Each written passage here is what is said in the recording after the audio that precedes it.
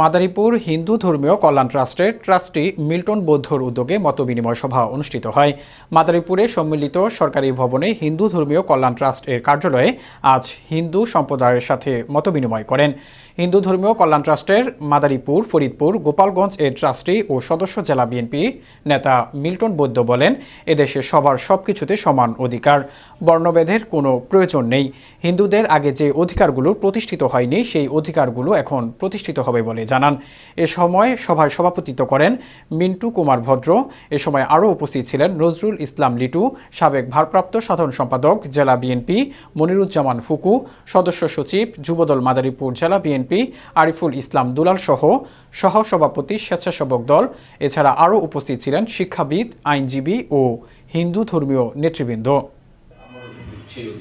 18 সালের নির্বাচনে দেশনায়ক তারেক রহমান আমাকে টাকা দিয়ে নির্বাচন করাইছে, সে আমাকে অর্থনৈতিক সাপোর্টটা দিচ্ছে। আমার নির্বাচন করার মতো অর্থ ছিল না, নাই, এখনো নাই।